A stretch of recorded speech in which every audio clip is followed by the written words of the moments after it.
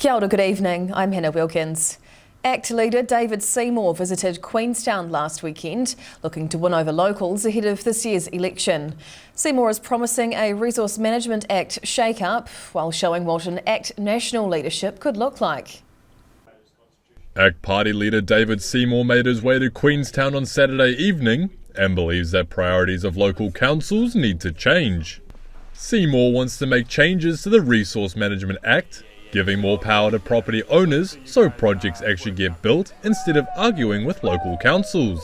So ACT's view, resource management should be based on property rights. You have the right to develop your property so long as you're not harming someone else's enjoyment of theirs. And on the other hand, he also believes that local councils should receive half of the GST claimed on construction to have more funding and control of regional infrastructure issues. The local council that has the responsibility for a lot of the infrastructure, for the roads, even the public toilets, we're saying the money should go locally because local people have more control and more knowledge about what they need. Seymour says that a visitor levy for Queenstown isn't an official policy for the ACT Party in this year's campaign, but believes their idea of GST sharing will give back the same level of local control. In Queenstown, the South Today. Christchurch contractors are busy working on the next phase of the city's central hub revamp. It's part of a major redevelopment project in the area, years in the making. There's a lot of action in Cathedral Square. Contractors are working on the last phase of a $3.6 million revamp of the city's central hub, on the southeast corner beside the Distinction Hotel and Spark building. The work involves re-levelling the ground, relaying paving and installing additional lighting and street furniture. The security camera network in the area is also being upgraded. The whole project is due to be finished in time for the busy spring-summer season, with landscaping and paving work in other parts of the square already completed. The Christchurch City Council is hoping the completed works will entice more people back into the central city and re-establish it as the beating heart of Christchurch. Meanwhile, demolition work is set to begin next month at the northwest corner of Cathedral Square. The first stage will see earthquake-damaged buildings surrounding the former Ridges Hotel demolished, with that work expected to be completed by April next year. That will then trigger the next stage of works, which will see a major redevelopment of the vacant hotel and the surrounding area. In Christchurch, the South Today. One of New Zealand's most stunning natural attractions has sparked a brand new connection with the country. A long stretch of road leading to Milford Sound has been installed with fibre, giving better internet to one of the most remote areas in New Zealand. The stunning scenes of Milford Sound attract thousands of international tourists and Kiwis to the remote location every year. Now, the installation of fibre has given it a new connection to the rest of the country. Almost 120 kilometres of cable has been installed along the route from Te Anau to Milford Sound, with the fibre now linking 8 new cell towers along State Highway 94. Tough terrain, tough weather, tough traffic environment. Hats off to the Vineyard team for managing all of this and still delivering the project. Work began on the project back in August 2020, taking nearly 3 years to complete. The road winds through some of New Zealand's steepest alpine terrain, and connecting one of the most remote parts of the country was no easy job. Half of these sites would be impossible to build without having this fibre to have, close connectivity to our site from a road. The cell towers will significantly reduce the number of mobile black spots along the busy stretch of road, with the better coverage anticipated to notably increase the safety of the road's users. This crucial link is one of the most remote, but also one of the most beautiful parts of New Zealand. So it's great to have connectivity there for tourists and for Kiwis who live there as well. The minister's pleased with the completed project, which comes after the installation of a similar fibre between Fox Glacier and Hawea last year. In Fiordland, the South Today. A brand new piece of infrastructure has been unveiled near Cromwell, bringing subdivision residents closer to town. The new addition, along with the completed roundabout earlier this year, are the final pieces of the puzzle, creating a safe passage for the public to use. Blessing this newly opened infrastructure as local residents walk through the Wooing Tree Walkway in Cromwell for the first time. Around 60 people gathered in the town's subdivision on Friday to mark the official opening of the new cycling and pedestrian underpass.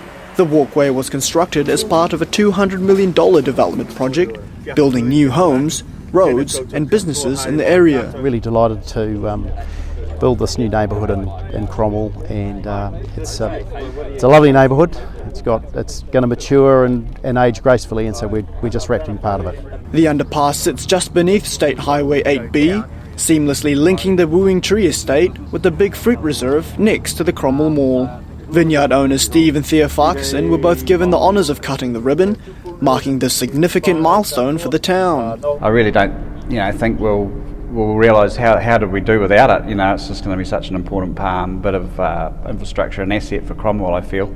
The new Wooing Tree walkway will secure a safe pathway between the subdivision and the heart of the town, with the overall development project expected to be completed in 2025. In Cromwell, the South Today. Now, Clutha residents are finally able to enjoy their new community hub after it was officially opened recently. Te Po o Mata'o, Clutha District War Memorial and Community Centre is ready to suit locals' needs, with some timely funding getting the multi-purpose facility across the line. This view of the iconic Balclutha Bridge is hard to beat and is just one of the many talking points of the town's new community hub. Te Po o Mata'o Clutha District War Memorial and Community Centre was officially opened on Friday. Around 300 locals eager to make their way inside to have a look at the new $25 million facility. Clutha Mayor Brian Cadogan was left thrilled at the opening after holding off seeing the building early to make sure he got the full wow factor. I deliberately haven't come into the building for about the last 6 months. I wanted to save up for today.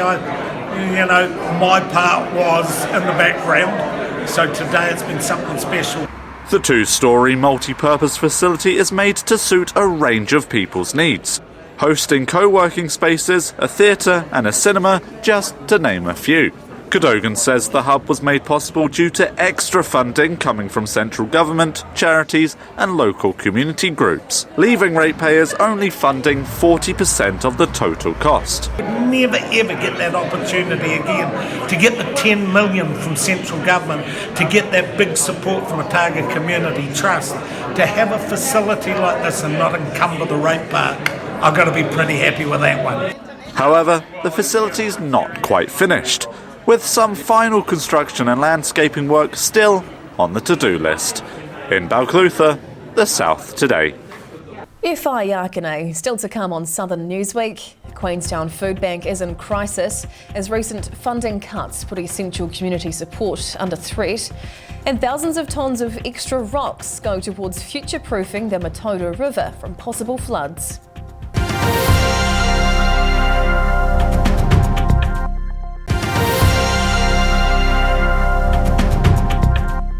Tēnā koe, welcome back. Dunedin Airport now has an extra hand on deck to save the day following their recent investment into aviation safety. The Air Corporation has bought new fire appliances for the first time, looking to significantly improve their response to emergencies. Blasting high-pressured water in the name of safety, this bright yellow vehicle isn't just your regular fire truck. The Dunedin Airport Emergency Service recently bought in Gordy, a powerful fire appliance. It's one of 2 new trucks. The other is expected to also be named by the end of the week. Crew Chief Bruce Smale is excited with their new additions, believing it will significantly improve the safety of passengers, crews and the surrounding area. These are for major aircraft crashes. We can effect rescue now with these 2 trucks, and 7,000 litres of water on each truck, 1,200 litres of foam concentrate and 250 kilos of dry powder. Smale says these brand new Rosenbauer Panthers are equipped with robust capabilities, costing around $1.3 million each. About 70 metres spray on the main monitor on the roof, and lasts about 60 seconds to discharge 7,000 litres of water. The crew will have the fire trucks on standby in case of an emergency, hoping the new appliances will ensure better aviation safety at the airport. In Dunedin, the South Today. A Queenstown-based food rescue charity is calling for help after facing funding cuts from the government. Kiwi Harvest's been providing extra food to those in need around the local community for years, but now needs a lifeline themselves. Delivering food is a daily job for Gary Huff, but after 5 years of helping out the Queenstown community, food rescue charity Kiwi Harvest now needs the favour returned. While the government announced almost $25 million over 2 years to support the community food sector, some groups like Kiwi Harvest are missing out. The Wakatipu charity previously received government funding through an $11 million program during the COVID-19 pandemic, but funding for those programs across the country was cut to just over $1 million a year in the budget, meaning Kiwi Harvest Queenstown is unable to afford the facility rent at their depot in Glenda Drive. It's no longer feasible for us to continue, so we have a quite tight time frame with our lease running out to relocate our depot, so we're able to kind of maintain the capacity and levels we're running at. The Queenstown branch diverted more than 120,000 tonnes of food away from landfill over the past year. Director of Salvation Army Community Ministries Andrew Wilson says, if Queenstown's Kiwi Harvest is unable to find a new warehouse space, it'll have a massive impact on both the community as well as charities like Baskets of Blessing and Happiness House. They support us by providing us food twice a week, and we use that food to support upwards of 100 people each week. Kiwi Harvest is planning to relocate to the new Wakatipu Community Hub in Frankton behind Countdown, but that could be years away. In the meantime, the charity is asking for the public's help in raising $50,000 to set up a temporary depot. In Queenstown, the South Today. South Island anglers are getting ready to swap out their shucking tools for whitebait nets. The oyster season may have officially ended this week, but those who love a whitebait patty are now licking their lips. Bluff oyster shucking might be wrapping up for the season, but it's not all bad news for seafood lovers. The oyster season officially came to a close on Thursday, with local shops urging shoppers to get their hands on the last of the oysters before it's too late. Invercargill's Barnes Oysters Limited says they've managed to meet their sales quota for the year, shucking and shipping out 7.5 million oysters. While some may be mourning the end of the season, whitebait lovers are in for a treat, as their season gets underway on Friday. Keen fishers will be out manning their whitebait stands and laying down the nets, with Department of Conservation staff urging whitebaiters to play by the rules. The updated regulations were brought in over the past couple of years, with the West Coast rules now aligning with the rest of the country this season. DOC says the new regulations are put in place to help protect whitebait populations for seasons to come. Across the South Today. Southland's Matoda River is getting the support it needs as work on the river's True Right Stop Bank gets underway. Thousands of tonnes of rocks are being placed along the banks, creating a barrier to help protect against erosion. Heavy machinery carrying heavy material, getting into position to drop thousands of tonnes of rocks.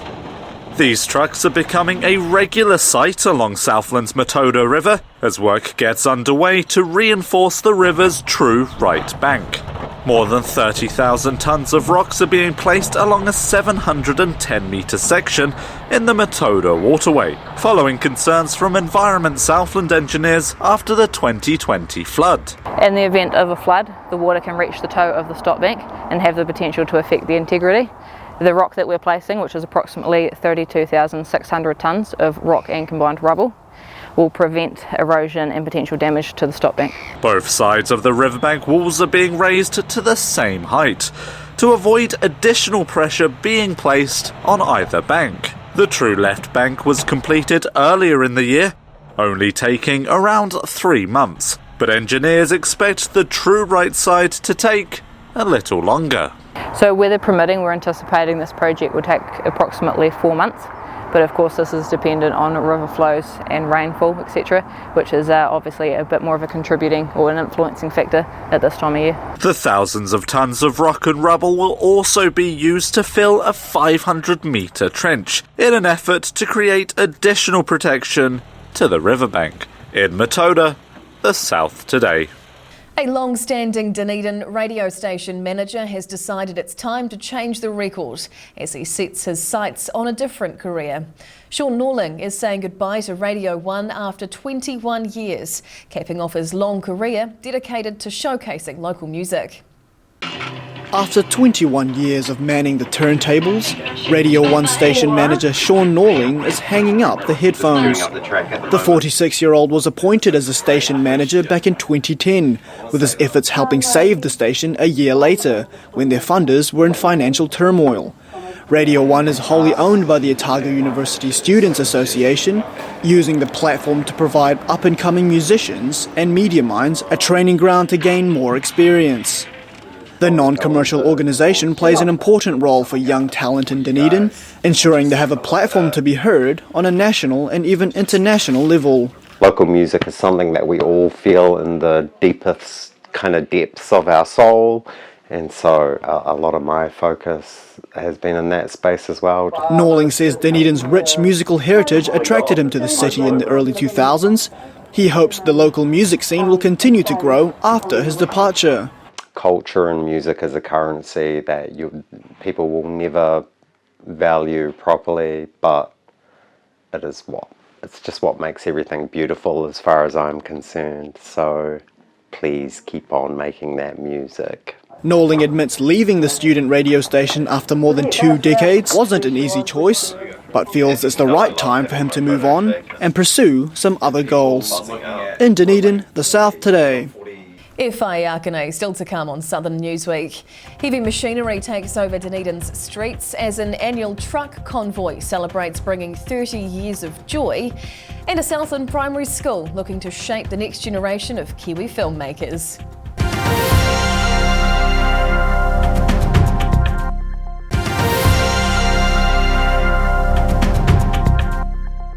Dunedin roads made way for a thrilling showcase of some heavy machinery last weekend as they honked their way through the city with some excited guests. The Special Rigs for Special Kids event treated young disadvantaged children to a convoy of powerful engines, celebrating 3 decades of bringing smiles to kids' faces. The roaring rumble of heavy motor vehicles parading through the streets of Dunedin. It's the 30th anniversary of the Special Rigs for Special Kids event in the city, celebrating the years of bringing joy and excitement to special needs children.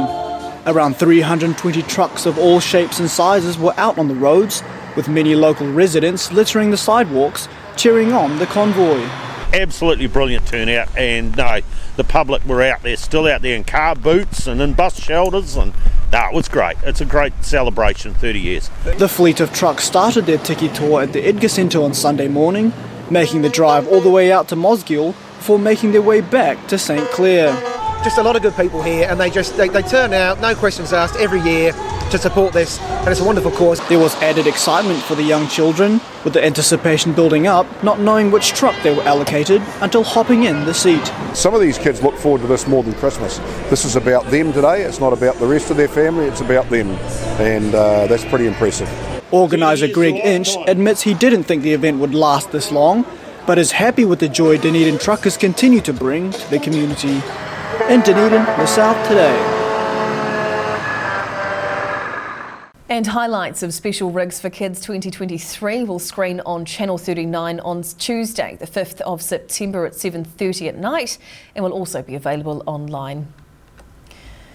One Southland primary school could be helping shape the next generation of Kiwi filmmakers, with the pupils creating their own big screen movie. The project's involved nearly 300 children over the last 7 months, with final shooting now underway. Action!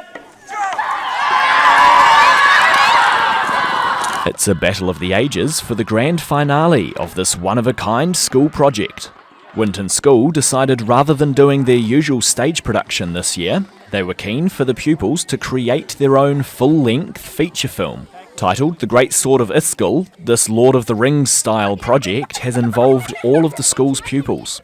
It's been a huge project, with shooting carried out across 35 days over the last 7 months. The young filmmakers have been taking advantage of the stunning southern scenery all around the region, filming from as far east as the Catlins, right across to Fiordland. It's been a huge undertaking. The community have been absolutely fantastic. The staff, my wife, a special shout out to her, she's made all the costumes. Wadsworth's been principal at Winton School for over a decade and spent last year on sabbatical writing a script and scouting for possible locations. He admits it's a pretty ambitious undertaking for a primary school, but believes they have the passion and technical know-how to make it a success. Hanging around and waiting and action and resetting and breaks and so forth is all very messy, but when they see the final product as a smooth movie with a storyline, I think a lot of them are going to be blown away. The feature film project is costing more than $20,000. But the generosity of local residents and volunteers have enabled the crew to bring the whole school community on board, creating a memorable and unique experience for the children. It's inspired me to continue on this path of filming and making movies. It's been cool getting to see what Sam's been doing and stuff, walking around the camera. It is a bit weird when we're walking around in public trying to get to the place, and then everyone's just staring at you, be like, that's not normal. Wadsworth says he wanted the kids to appreciate all the work that goes on behind the scenes to create a feature-length film. The movie is due to premiere at the Invercargill Christian Centre in mid-November, with a special red carpet screening planned so the pupils and the whole community can celebrate all their hard work.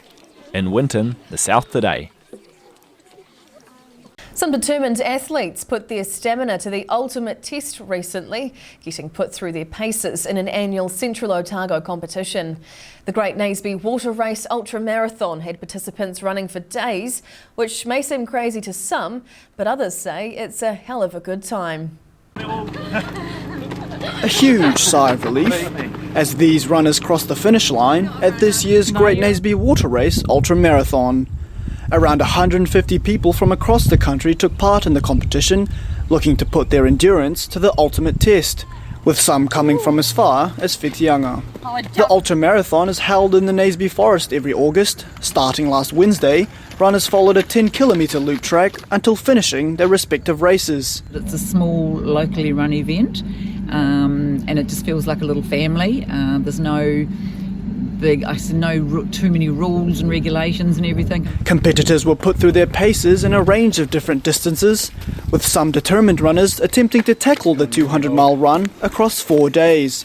Event organiser Jill Wolfe is pleased with the continuing growth of the competition and is stoked with the massive support shown by spectators. Runners couldn't do it without their support crew, honestly. They are there, they've got their food ready for them, they're running with them, not pacing them necessarily, some potentially do, but most of them are just keeping them out there, talking to them, making sure they're staying on track and staying motivated. Wolfe says all profits from the volunteer run event will go towards the Naseby Charitable Development Trust, using the money to continue maintaining the forest trails. In Naseby, the South Today. A dazzling display of inclusivity illuminated the skies above Queenstown Airport last week, celebrating the onset of Winter Pride. It's the 20th anniversary of Pride in the central Otago town, with the airport corporations adding a touch of glamour to their celebrations. Under the strips of vibrant rainbow lights, these drag queens are showcasing some colourful flair on Queenstown Airport's runway.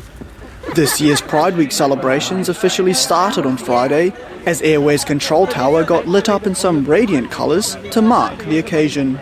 Queenstown Airport CEO Glenn Sowry says the company's been celebrating Winter Pride for the past 5 years, demonstrating their commitment to welcoming all communities. I think the opportunity this year in partnership with Airways to light up the tower is just a fantastic way of us demonstrating what's been a super strong relationship.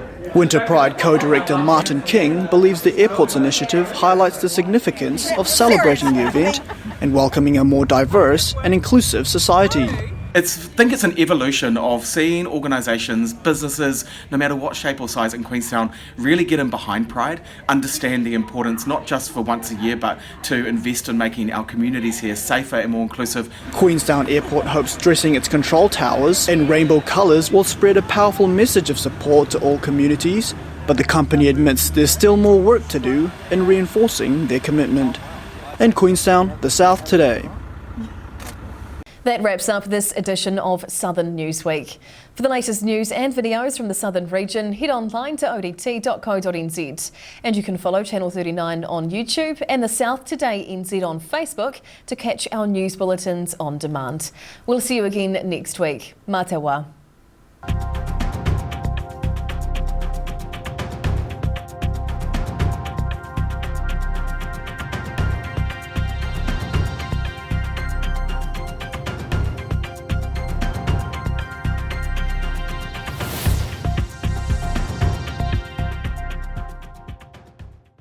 Public interest journalism funded through New Zealand On Air.